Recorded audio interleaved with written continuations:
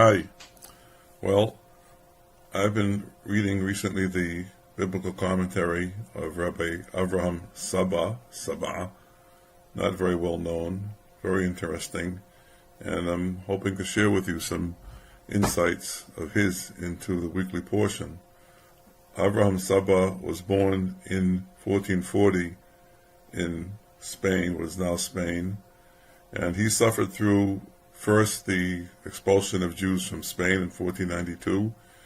Like many others, he fled to Portugal, where he thought that things would be better for the Jews, but in the end, about 5 years later, they were expelled from Portugal as well.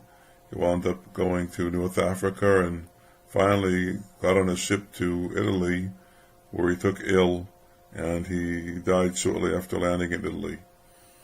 His commentary is very interesting because it shows, even at this very late date, how alive, how living and vibrant the philosophical tradition remained in Jewish thought and letters and exegesis, even though, of course, the Kabbalah had been on the rise. Avraham Saba has a lot of comments that are Kabbalistic or look Kabbalistic. I'm not that expert on that, and I wouldn't want to commit myself too far to saying that they're Zoharic.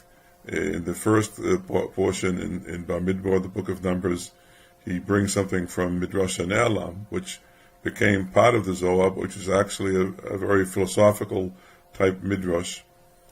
And I want to share with you in this week's Parsha, Naso, the second portion from the Book of Numbers, an interesting allegorical reading of the portion concerning the trial by jealousy, where a man becomes suspicious of his wife as having been not loyal to him, and he takes her to the temple where there's a ceremony where she is given to drink the bitter waters, and if she's guilty, then the waters cause an abortion, and if not, then she comes out of it fine. A very difficult problem, a difficult chapter, even without taking into account our own understanding of gender relations, which are very different from the way they emerge from that particular portion. Just with the type of ceremony and the things that go on there, and of course, so this, of course, lended itself to all sorts of non-literal interpretation. And Rabbi Avraham Saba, in his book Tzur Hamor, brings one in the name of what he calls Al Derech HaMuskal, by way of intellect, or what we call a philosophical exegesis. His book was printed twice, at least, and both are actually available for free download on the internet. You can see on your screen now the cover pages. One is available at HebrewBooks.org, and the other is actually on Google Books, though not under his name. If anyone is interested, just leave a note in the comments, and I'll put in the links. And this philosophical exegesis is actually built on a well-known motif that goes back at least to Plato, in which woman symbolizes matter.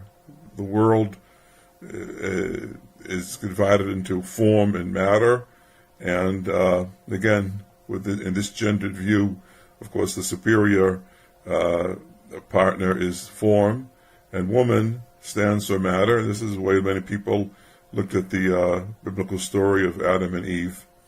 So here, the story is interpreted that when a person becomes suspicious that his bodily urges, the wants and cries of the body for all sorts of satisfactions have gone beyond what one can expect in a reasonable relationship, and he's suspicious that the body is basically cheating on him and taking him away from his true spiritual task, he should take the body to the temple, to the priest, who stands for the wise man, who will give him a good talking to, as we say, good preaching, and he will, the man who is suspicious of his body having gone too far will confess his sins. The bitter waters become the sweet waters of the Torah, and so on. The whole portion is interpreted in this, I think, delightful manner.